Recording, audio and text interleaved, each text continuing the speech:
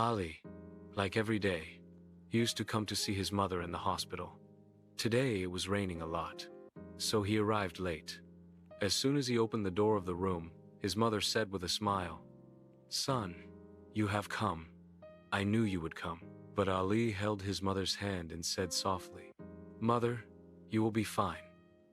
I am here." Mother nodded slightly and said, "I am fine, as long as you are with me. But son, if I am not there someday, don't be sad. Just remember me in your prayers." Tears welled up in Ali's eyes. She held her mother's hand even tighter, as if saying, "You cannot leave me."